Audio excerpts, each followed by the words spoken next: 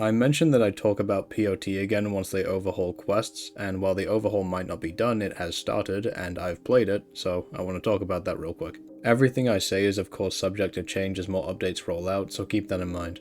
The last time I played official Path of Titans, I had these takeaways regarding the quest system, some of which I'll elaborate on later. Most quests, whether it be collection, delivery, or critter killing, are extremely monotonous, and the ones that aren't still typically are not very interesting or fun. The tasks are silly and take me out of the immersion. With a couple exceptions, which are usually the most unfun quests anyway, I am never actually contributing to the world of Path of Titans. Player agency is removed, generally punishing you via lack of efficiency for trying to engage in the more fun aspects of the game, and often not allowing you to multitask. It takes way too long to grow even smaller dinosaurs, regardless of if you don't have to regrow them fully when you die. Losing progress when the game demands so much of you feels incredibly demoralizing, made more likely due to juvie stats and getting locked out of abilities early game. Similarly, the game's most fun and, in the case of trophies, most rewarding quests are virtually locked behind already being grown enough to tackle other grown players or fast enough to steal fresh kills. Herbivores are not only locked out of some of the quests, but are also given no exclusive quests of their own in compensation. You need a group, not only to help with efficiency, but also to talk to and keep yourself sane. It gets incredibly lonely and draining to grow in Path of Titans. Even with that group, growth time feels like it's spread too thin across multiple players for the group quests.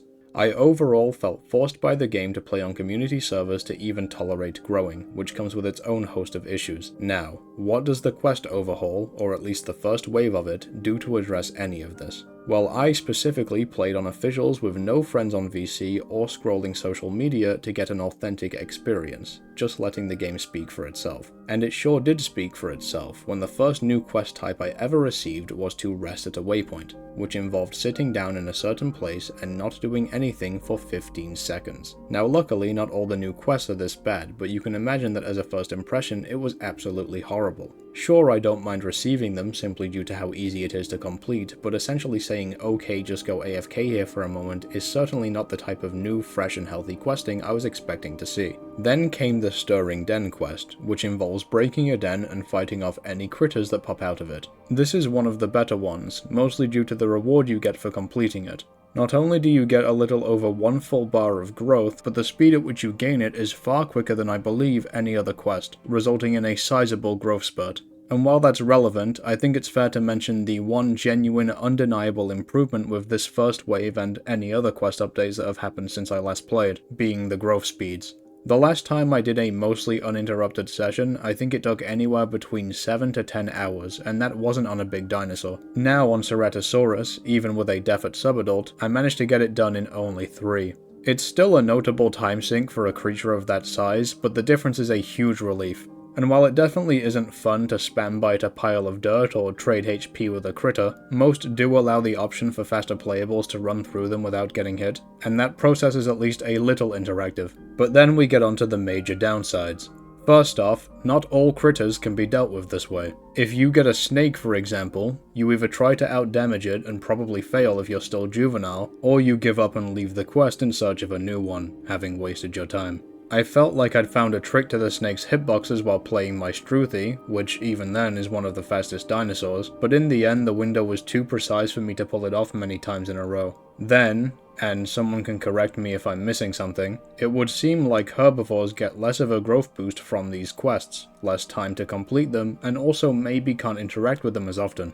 Not only this, but other quests, mainly the NPCs, but perhaps some I'm forgetting as well, are also exclusive to Carnivore. What the hell? It was already bad enough that you didn't get the killing quests before, but now there are even more quests and quest advantages to playing Carnivore. Once again, herbivores have gotten nothing in compensation, and while they'll probably get more in the future, prioritizing new Carnivore toys, especially with how skewed it already was, is honestly just being kind of cruel to the Herbie player base, which already has to deal with being outnumbered on most servers in my experience. There are 3 more quests with AI. Hunt or be hunted involves searching a marked location for a critter and killing it. Similar issues to Stirring Den, and I also had 1 or 2 times where the critter just never showed up, but it's another one that you can just get out the way quickly for a nice boost, and herbivores don't get shafted this time. Then there's Hunt the Albino Critter, which is either bugged or doesn't make itself very clear, because every time I get it, it either instantly cancels or the critter just leaves the moment I attack it. Lastly is the NPC Collection quest, where you need to kill specific critters to farm a material. While some of them feel way too strict in what you can kill to progress, and you don't seem to get aided in finding the critters like you do with the burrow ones, I do appreciate this quest for having no time or area limit, making it at the very least entirely unstressful to complete naturally. I do prefer the rotten egg task though, as you just get guided to the nests, even if it's not as interactive. One thing I'm mixed on is that these are even tied to NPCs, since you never have to bring the items back to the quest giver. For gameplay purposes it's fine, it'd probably be boring and annoying as hell to drag every material back to a fixed point, as proven by other delivery quests, but it makes the inclusion of the NPCs feel really random and I kind of wonder why they're even here. This game already struggles enough with immersion due to some of its mechanics, and that's without a blue crocodile asking you to collect its 8 pages. Another quest is to break insect hives, which simply involves you standing there and interacting with it while being stung by wasps, trading your HP to complete.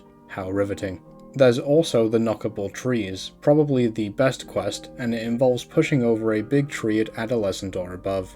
This takes like 3 seconds, creates new temporary shortcuts across canyons and water sources, meaning you're actually making a contribution to the map without running back and forth carrying flowers, and completing this 3-second task gets you a full minute of growing. And then the last 2 new quests are just kind of nothing burgers that are over very quickly as well, being the kelp piles where you simply sit down a few times along some riverbank or beach, and the lookout points, which I never did. But all it is watching your camera zoom out and then you get some marks. It at least helps you find players to know where to run to or from, but that's about it. So all in all, even at their worst, the new quests are definitely better than nut collecting, either due to being more interactive, feeling more natural and immersive, or just not taking as much time for the growth that you get and having far less limitations. Does that mean that they and growth in general are fun yet? Absolutely not. A lot of quests or aspects of quests are still just as mundane as collection, whether it be spam biting, simply pressing or holding a button, not pressing any buttons at all, or even actively harming yourself while standing there like an idiot, and ones that aren't are brought down by the horrendously bare bones critter coding. This is all while essentially ignoring the herbivore and especially aquatic player base with the update, and despite all the new stuff, I still find myself just collecting items half of the time anyway. The best quests in this game are not from the first wave, and have been in the game for a while. These are to hunt a herbivore, deliver a trophy, and discover a location. This is because they actively encourage and reward the most natural and fun elements of this genre, being map traversal and player interaction.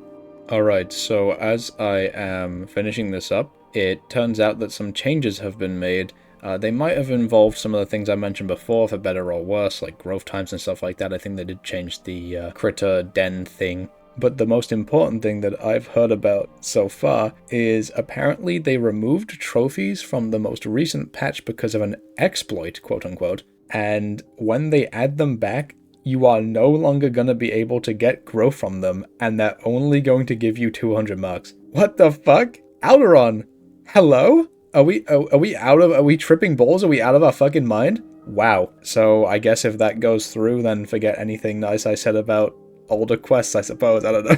While some new quests aren't entirely devoid of the exploration element, they are still just asking you to dedicate your time to what is essentially a sad, grindy lump of forgettable gameplay in the lead up to you doing anything of note. It's easier, faster, and slightly more immersive now, and really that's about it. And this is where I get concerned that it isn't just an issue of the update not being complete, but more of a problem of the devs not understanding what makes questing so unfun and poorly designed to a lot of players. I'll save going into detail about every one of my problems for when the update is finished, but I will give one example. The issue with Path of Titan's growth is that it generally punishes you for trying to enjoy the game instead of preheating your dinosaur. There's only so much growth to be earned by simply visiting biomes, and it's not a replacement for actual questing. It's also usually quite the struggle to get your hands on trophies or completing kill quests while you're still growing. as you can only get the former from other grown players and the latter from anyone you can realistically fight at that size. This means that in most cases you are actively doing yourself a disservice by trying to fight and interact with other people and having fun,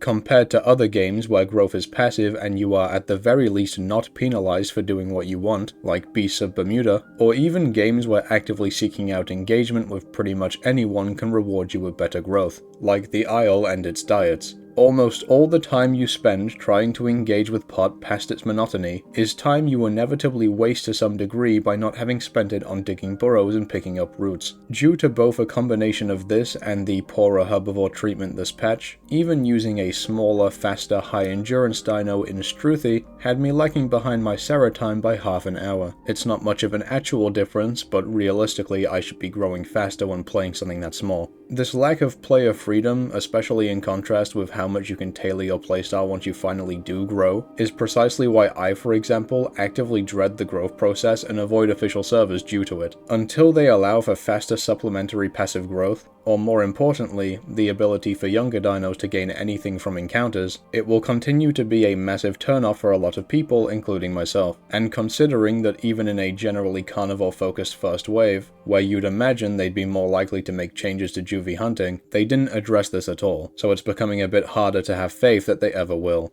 But I'm trying to hold the benefit of the doubt that they can make things work. Again, this is just the first wave, and it is still an improvement over the previous iteration, if only a smaller one. So I wish them the best, hope they can address feedback as they continue to work on it, and maybe one day I'll be able to play official Path of Titans for fun as opposed to just testing something. That's all for today, please like and subscribe if you enjoyed, and thanks for watching.